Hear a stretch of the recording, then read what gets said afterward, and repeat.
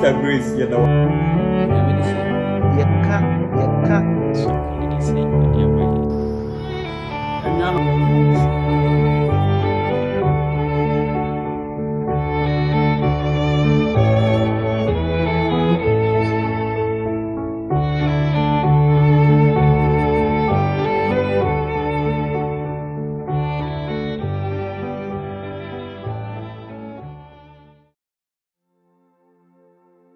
Nyamima, Yamayan na ya Huakaba, eba disia etosu ensia. Na watria etria munia disia na etosu numuno. Yehu said your how musu na etosu dunu, ekum, mijim makaina, ana faro abakain so ekahum. Na watri munu ye beshese so, faro ebema Israel for ako. Obekona sumdwemu, onti won. Neba ne se krampo na faro owuye afeyin so yebehu se Israel for to me koye na sempo na woni won ewuranom eye misrimfo no edi inkra we ni bebre enene na wotwea disuan ewo maye ebra ye nkyere meshe se ebebre na kuma se ebra Mr David ebedi edisuan no enima maye nyamema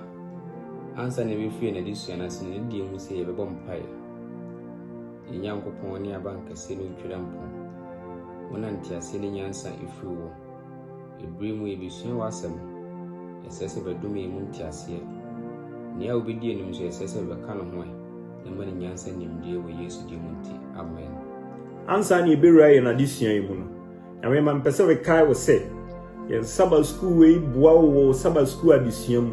so wo hwe video yi ansa no wasua ebeboa ma Sabbath school ni sua ye very simple. Intime kai will say, Ebra when you access to this video no, nyamema subscribe to the channel. We are no one commenting so abasi and now share my phone so at nyamia sem. Ebra me stress it, in your video be radiation. Onyameba, onyame de hie. Ma akwa babu, eba die hard shepherds. Ene ye wadisua etoso ensia. Watu adisua din say Refa epokoko no mu brofokasa ne say through the Red Sea epokoko no sen na netie ehempo na eda emra Israel for onyankopon agye won afri Misrim Pharaoh ne ensami ehin na wo faaye ehin na okopuye na ehempo ana wo pemye Mra wopim ebrebi no onatamfo etudi wonachi na epokoko bi eda wonanim na akoma no etuye akoma ni ehruye efise no wowuo da wonanim na wowuo da wonachi na wonhu ne a obeye ede na twedi ampo nyame eye mao eno pa ne ne ye ba bisue amenkan memory test na nkai bosem no enchiro kaibosem no ewo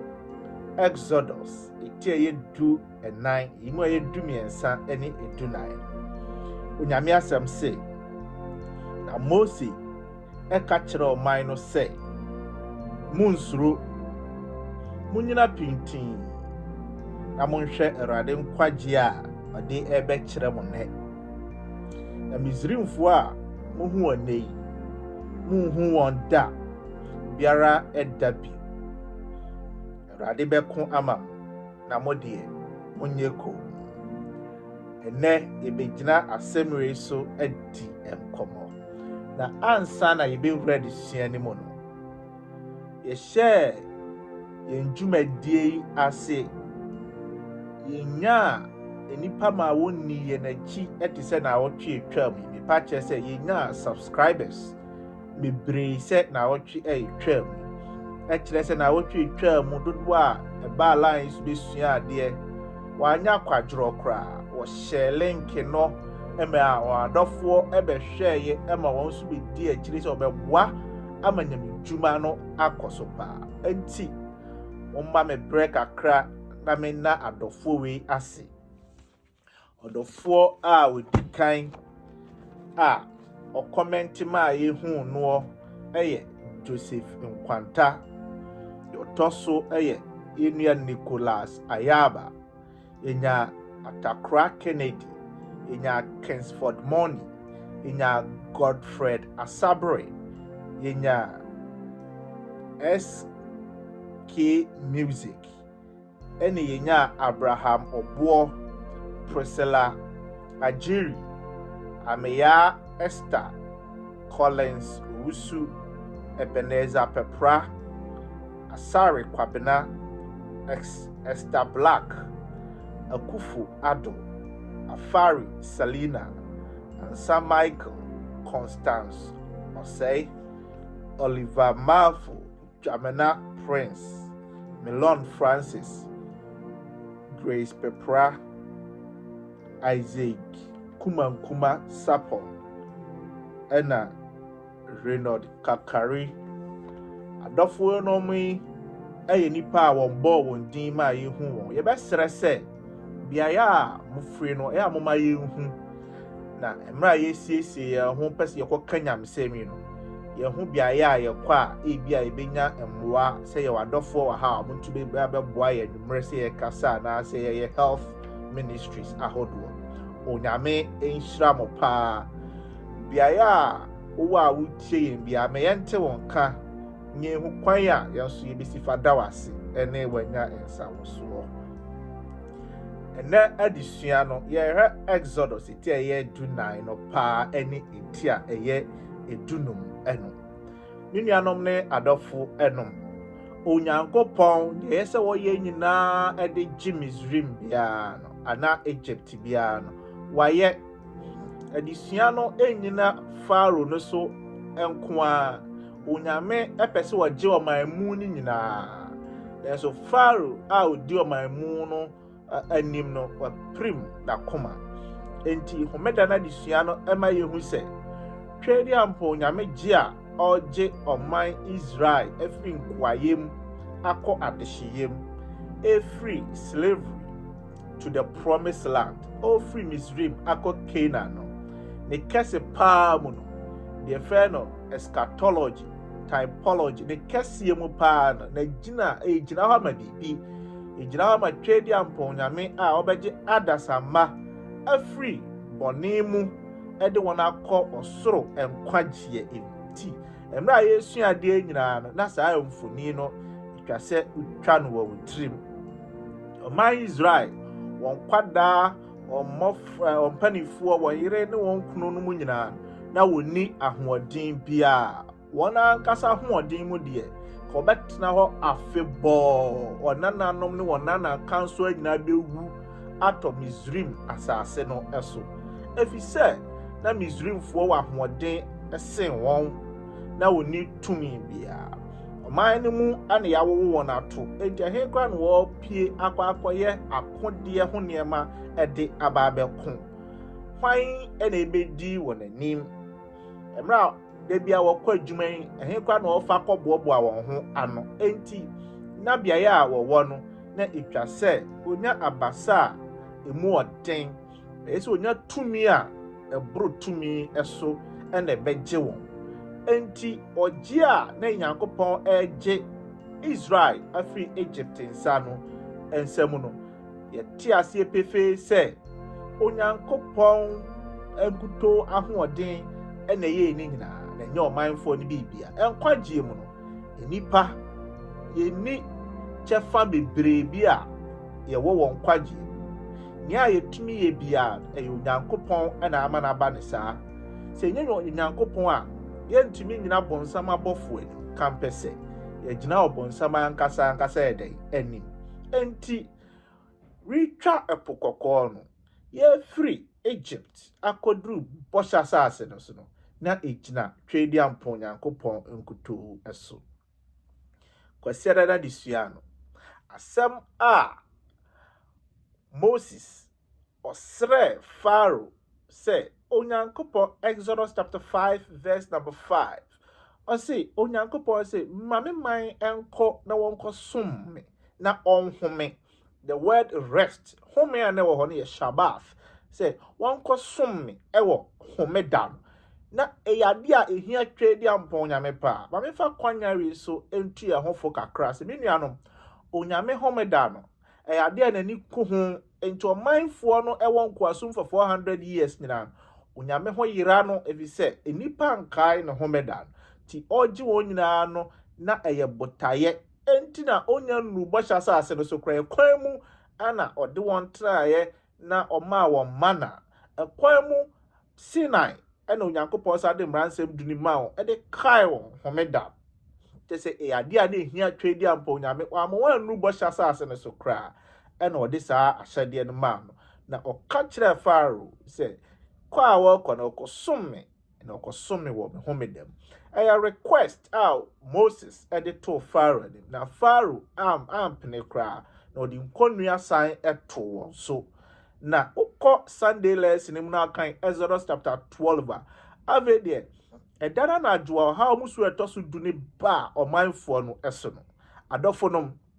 atemuo kese na beto omanfo enti se wako school se onko school se wonim die bi se onim die se waware se onware se oyoba se oyebema onyame bu omanfo ni nyina aten na efie bia mu twa adwadwo efie bia mu hu se de twedi ampon onyame tie efie bia mu gitumu se wona bosom no anim aguase afi de wona ankasa ebe sugu Pharaoh se wa ma omanfo ya nkwa ye nyina ye bewu na emra Pharaoh ehu de ekoso na Pharaoh eba last week yesua hu se afi de ba ni PSA no wawu ekono aminimat wawu ekono Pharaoh be ka kire Moses say monko na monko som Nyankopon go and worship the Lord monko na monko som Nyankopon emre bi atwam de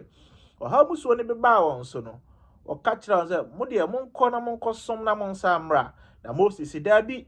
yen soma ye som twedi ampo nyame ne ye kwa yen sane ye chibio yen hwe ye chibio ye nyame somu no yen hwe ye chi enti ekọ ne pese ye ne ye mmoa ne ye yere no mu nyina ye den ekọ na afe de aba won so ndi ono abeka je afe de mo pe bia monye monko na monko som Nyankopon na asem bia o kan ye me da me pese ye hye ne so asem o kan ye ne se mo kwa akobọ mpa ya sere mu Nyankopon means mun shira me bi and bless me also monso mun shira me bi afedi hu se as Pharaoh na adwene ye abatwedi ampon nyame so kakra nanso na anu na se wodi kan sa keke se Onyankopon enhira no se twedi ampon nyame ebe hira no kra na boni a wotimu no twedi ampon nyame ntimi nhira no wom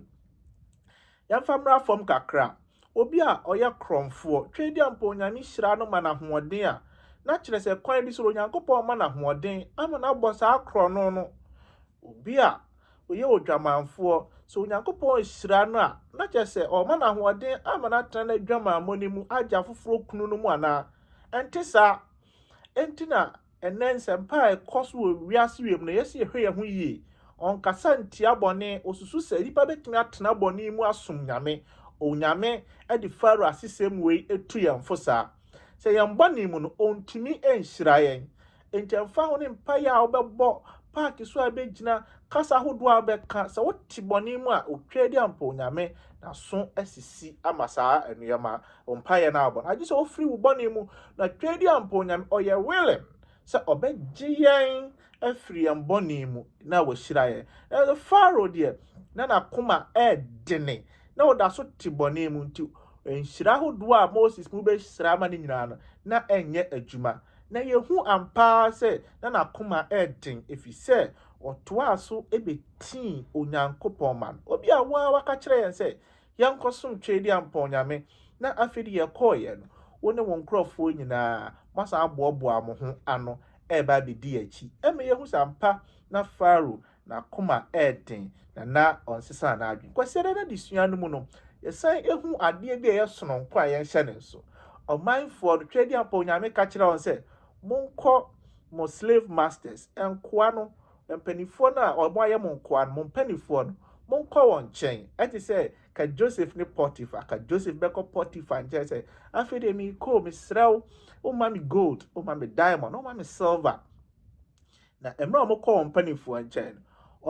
omo se deɛ mo sire nyina de be ma mo free so na mo nkɔ na mo sesa nneɛma ma wɔn saa nneɛma no na emere bi be ba obesi asɔre dan no omo de ba ya am sade ne nyina ba ya ema ne ebusu no na saa nneɛma wo de ma wɔn adisua ne say na ɛyɛ adwuma a wayɛ no aketwe ese de ma wɔn de daada a yɛn fa ma wɔn emere duruye no ana onyame egye ma wɔn hwɛ so obi asisiw sɛ denara na yɛ nyame somni a ense sɛ wo kɔ bosom so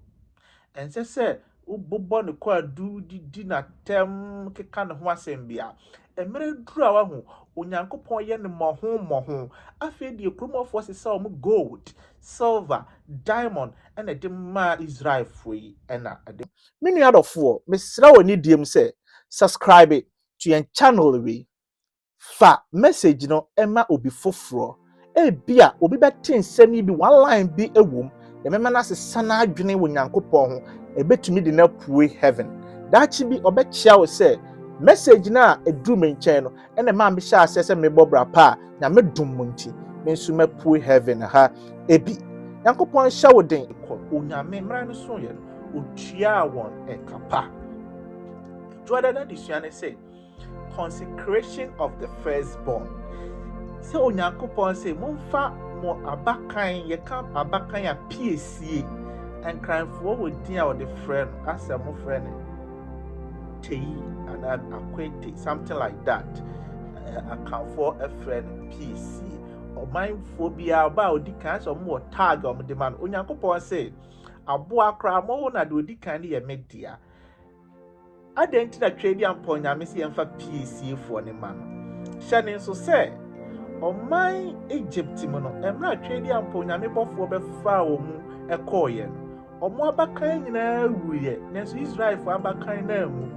enti abakan na ɛda so te ase no yɛ nyame na ama ɔmo abakan na mu enti kwan bi so no onyankopɔn na agye abakan na yɛ ne dia ɛyɛ sɛ ka woku wɔn ɛna wɔanku no nti ɛyɛ ne dia automatically ɛkwan bɛn so na abakan na mu ni bɛyɛ ne dia oguama ne mogya na ɔde ayɛ wɔn dan no ano oguama ne mogya no agye abakan ne nyinaa oguama ne mogya no ɛkwan bi so no anye Israel fiefoɔ no enko ɛkekew na ɛyɛ purposely for the firstborns efi sɛ ɔmo na ɔmo nyɛ abakan no a no mo Egypt so ɔmo nso ɔmo amu ɛmɛ yɛhu sɛ ewuo na ɛbaayɛ na yɛ abakan ne baa so abakan bi a wɔamu biara no onyankopɔn gye wɔn adɔfo no ne nyame mma ne kɛse paa mu no yɛda so te ase yɛda so ɛwɔ nkwa yɛda so wɔ nkwagye ɛyɛ asɛnnua no nkutoo na ama yɛnya nkwa enti biara a asɛnnua no agye ne biara no yɛ onyame abakan enti wohwɛ Kristo wuyɛ no nipa a wodi kan ɛde wɔn kɔɔ soro na wɔse ɔmo ne Kristo aduaba kane ɛda adi akyiri no Kristo deɛ ɛbɛkɔɔ soro ahenni no mu akɔkyerɛ agya no yɛna yɛkɔ nyinaa no yɛyɛ adehyeɛ yɛyɛ piesie yɛyɛ kings ɛma twɛdi amponyame yɛyɛ queens ɛma yɛyɛ ahema ɛne ahemfo ma twɛdi amponyame we are consecrated firstborns ɔrade Yesu Kristo ɛka kyerɛ yɛn adisua no ɛka kyerɛ yɛn sɛ obi biara a ɔde mogya yɛ ne dan ano biara no ɔbakan a ɛwɔ fie ho nyankwa ɔbakan a ɔnyankwa no ɛyɛ me twɛdi amponyame dea momfa ne mu afɔdeɛ ma menyɛ sɛ muku no ɔyɛ me deɛ a mewɔ ne ho nneɛma a mede ɛhyɛ ne nso mewɔ nneɛma atwa sɛ wɔyɛ nneɛma a ɔnsɛ sɛ ɔyɛ onyankopɔn ma yɛde abakan no ɛbɔ afɔdeɛ ɛma ɛkyerɛ ya meɛte aseɛ sɛ yɛnya nkwagyeɛ ɛsiane mogya a ɛwɔ dan no ano me nuanom ne adɔfo ɛyɛ onyankopɔn abakan ɛprɛko pɛ na wokɔ ɛbena da desua no mu a ɔsɛ crossing the Red Sea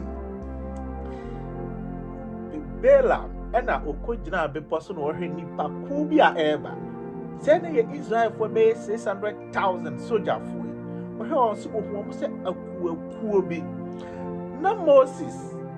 obi biara ne wɔ betumi adi Israelfoɔ anim agye Moses efi sɛ ne yɛ training ne paa ɛwɔ Pharaoh efie tetea no wɔ fam no na ɔyɛ Pharaoh prɛko pɛ na ɔyɛ hapai musei ɔbosom kɛseɛ Nile bosom eba na ya tete ne se otimidi akon se de nya Aminotap the second na wa akondiem se de Aminimat tak Moses Musa so na hapai Moses ayeka no wasem ne ya tete no enti na onim akondie mini anum ne adofo no wɔkyekyɛ emusua no mu kakra busua dumienu no wɔyɛ one band of people who man might say asogyafoɔ mema no ogrupi omo mema okan omo nyina mema 600,000 nkwadaa ne mmoa ne nipa nyina bɛka mu a abɔde a wɔde wɔn kɔ about 2 million people but ɔhande wɔn a obi wɔ akyire wɔn ho fɛfɛɛfɛ te sɛ nipa a ɛkɔ ako nyamra a wɔkɔ na odi so a wɔkɔ no nneɛma bi wɔ hɔ a etwa sɛ yɛhyɛ ne nso ne nuanom ne adɔfo no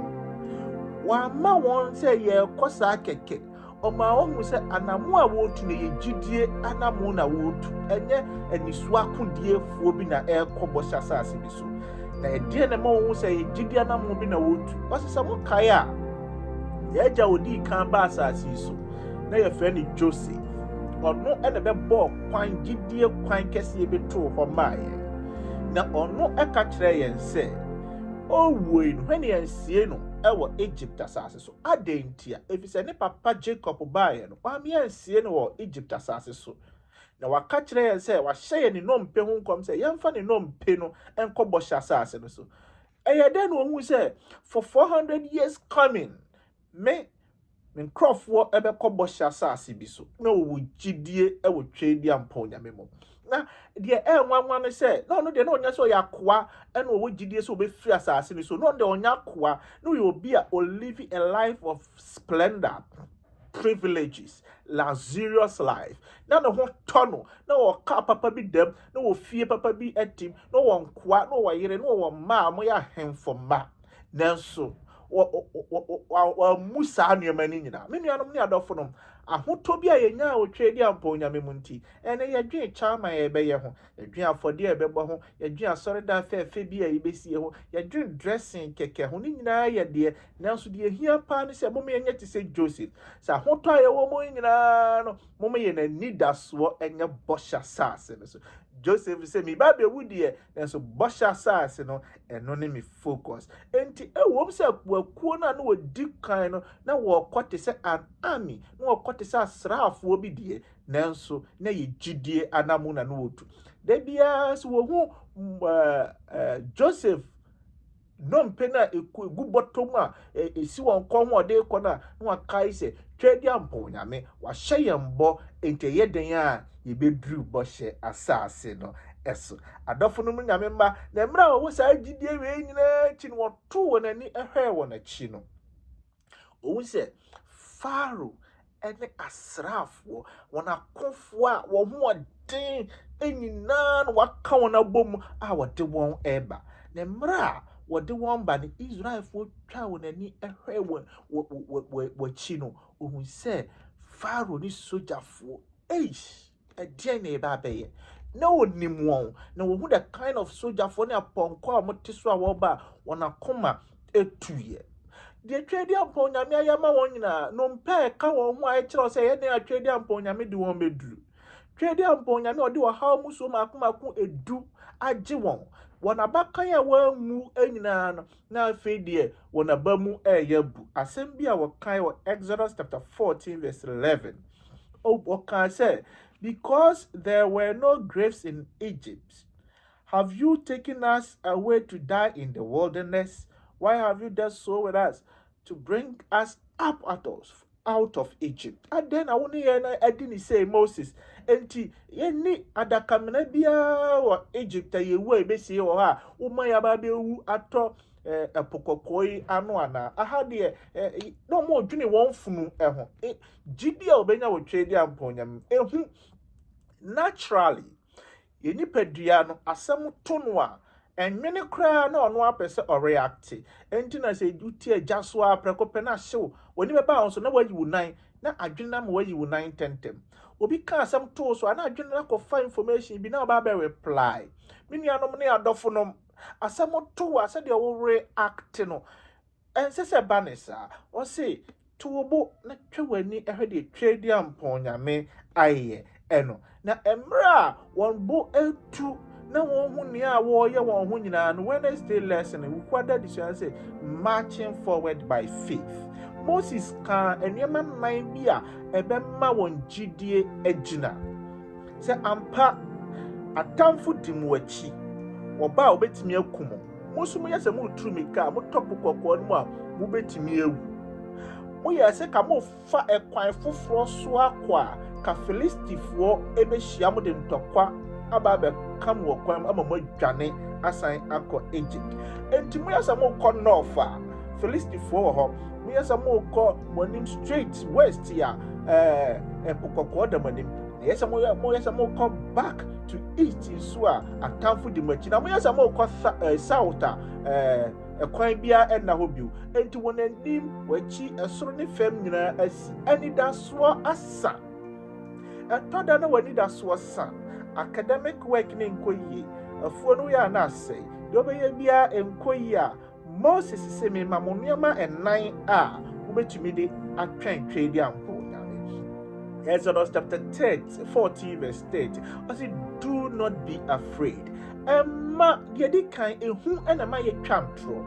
ehu no ma ye kwa bosom so ehu enama ye didi asofo achi ema ye niema enseseye wo kan Isaiah chapter 41 verse 10 I was say emma wo buntu ensuro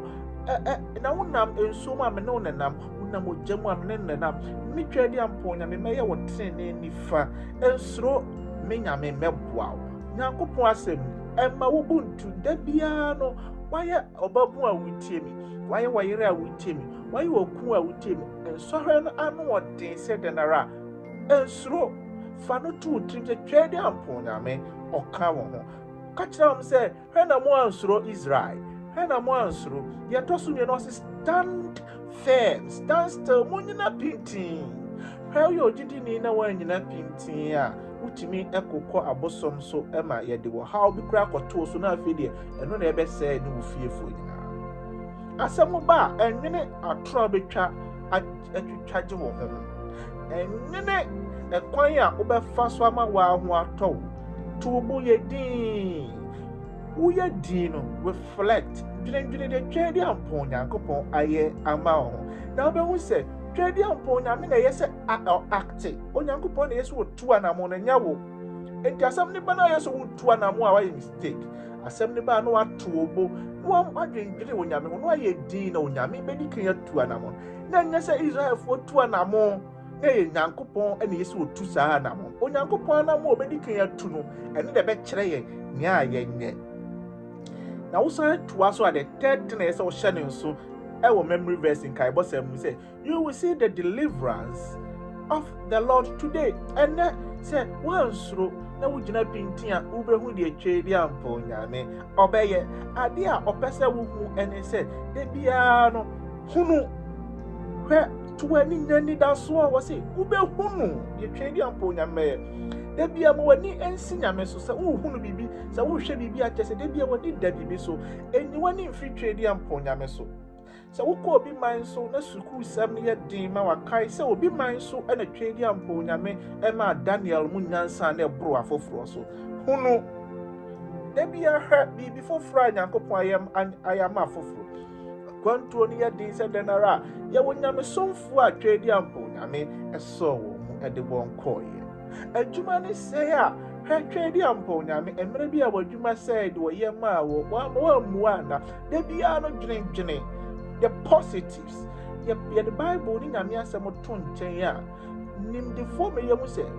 wɔna adwene negative wɔna adwene nneɛma bɔne no da bia onyini bɛyɛ enipa bɔnefo wɔna wadwene papa no ɔbɛyɛ papa afo Bible say dwene hwede twedi ampo nyame oba beye amaw eno ne hia de bia adwene the end say adachi de aba me so nyina no awie ya no Onyankopon beye say ya ma me how lovely it is when fa say exams na wo twere na wa hase adwene say man twere ne ye ba Onyankopon ebe mama pass na makoda na se na edani gia hye wa koma ma eno na ye na the last one I'm the said the Lord will fight for you. Trade ampo nyame. So we yes I no marry nyina ene obeko ama. You can Exodus chapter 14 verse number 25. Israel Egypt for na si trade ampo nyame ene ekoma won mo. Unim die ntia. Efi se emra na wonam na obofo ne di won anim. Obofo aye te se a pillar of cloud. Emununkum ene edi won anim. Enti emra atamfo ne di won achi. Na Yankopɔn ka kyerɛ Moses sɛ hɛ na ɔmo ansuro na Misraimfo a wohu wɔn na no wohu wɔn bio no prɛko pɛ cloud na ne di wɔn anim no afei dɔm wɔn sɛ mununkum no na afiri wɔn anim saa ɔbɔfoɔ na odi wɔn anim no na wɔfiri wɔn anim saa ba abɛgyina wɔn akyi. Wow, amazing, wonderful, overwhelming. One it's a obofwa with din and him after the baby gina in a chi. Enti se wo kono no bi baba bo suma fa wachi o se obi dis kan be bo baba wo na usura afi do obofo na wo di wanim de kono baba be gina won achi. Na mra wo be gina won achi no ohu se han ato eda won anim akata won so de won ko. Na afi de esum na asi ewo Egypt fo. Wotemase a Israel for no enya han at that time. And a Misraim for any soon at that time. This is the second time as anyway this year. And my one was a tradian pomuno, a high qua, no one a bosom mudia, a sumum quantity as would Ganaba to a Misraim for a Israel for young coupon. Minianum near Doffunum, the tradian poname etimiani. While Susu, 1 minute say, Onyanko Pobetiame is soon about the sea on a town for a kunkum. Na wokunkum wa ho ekaka kra ebino omu se epo kokwa eda won anim no preko pe Onyankopon si Moses fa wo poma ne kire kokko ne so and move forward. Shannon so move forward. Se wo twa di ampo nyame anim na Onyankopon ma na bofo betwa ho hia de o ka cha ne se afede David, afede Joseph, afede Nicholas, afede Takra, afede Kingsford, afede Godfrey, afede Abraham, afede Priscilla, afede Amia, afede Collins, afede Asari, Esther, Ado, Selena, Michael, Constance, Oliver, afede Kukowani. The church upon me anymore. You're tinning and was a cocoa him. After them, I set a ground for you, cocoa him. Nemra would do a nice work on him. We set a pono and from other buffer so that a move by, now of firm a coinemra or no more con. Pharaoh, na soja phony be a woo, na dear Kai and Pharaoh, Nankas attack Mosi or Tosomi and son, or no dear worm. Na utrumika di Israel for no echi na emra akoma primo di Israel for no echi Onyankopon hwe no na omoto twa ya omo nyina agura nsuo no oma Israel for no etwa mu ntentem ekodruye na okra epo no eku Israel for twa won ani hwe won echi no Pharaoh ni na soldier for ni nyina omo akoma primo nti Pharaoh ewo enso mo hempo pa ko hia state barrier but ewo nsuo no emfifi Yakopon say ka oboto we ye na saa social hu ne ne ochina hu ni pio tweri ampon nyame wa ye Israel fo twa won ani no say say me kasa kwa kamikama no tumu a ampa ka ebia manfom me Yakopon mo yemfa adisua emebre ewe ne adisua yesua no emu minianom ne adofo enom ya wada na adisua na etwaton the song of Moses and Miriam, in fact, Moses Yaba, na oye prophetess, na oye komsheniba, na ono ena etre nyom na emano tro edi pose edi memai echi na Moses nso etre nyom. Oni Moses enyum omo kire ye sononko. Omo nyum a omo kire eye nyumwa na eye enase eye about 7 different stanzas and ye can yachichem 7 na eye enase ene ayeye etwom ema trade amponyame trade amponyame eye ema won na hu se opagya nyom no ekire se trade amponyame awie no de ne ma ekoduru bohye asase no eso wɔka bɔhyɛ asase ne ho asɛm ne kwan a onyame agye ne ma ne kase paa mu no me nuanom ne adɔfo no onyame a ɔgye yɛn wie a ɔgye afiri Pharaoh ne yɛatamfo nsɛm wie a na yɛde aseda ani kabea ama no na agye bi heaven asɛnnua yi a yɛreka ho asɛm Yesu Kristo wo a owu maa yɛn ɛyɛ ade kɛse a ɛkyɛn so a adɔfo no Yesu Kristo wo ɛna ama yɛade yɛn ho Yesu Kristo wo na ayɛ te sɛ agyedeɛ a agye afiri Pharaoh ne dɔm nsɛm ehu a ɛbɔ Israelfoɔ no wɔn anidasoɔ nyinaa no ɛbɛgyina Moses so ti Moses nnwom na ɔbɛ maa wɔn no nnwom na ɔtwerɛ maa wɔn ɛno da biara wɔto a ɛkae wɔn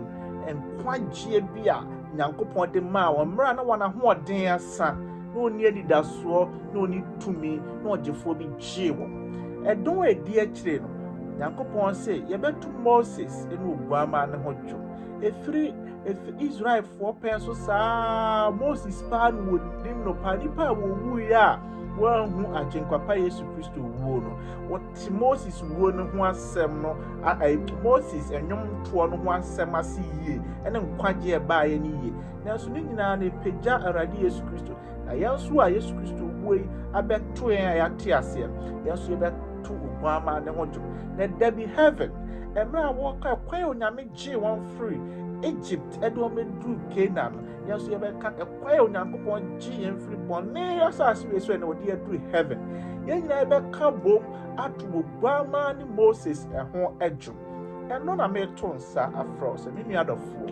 yɛsua adeɛ yɛkɔkyerɛ ama foforɔ atie bi nanso deɛn na wofa afiri adesua wei nyinaa mu sɛ asɛm si na wo kasa pii akawa no tum hwɛ Onyankopɔn kwagye akyiri kwan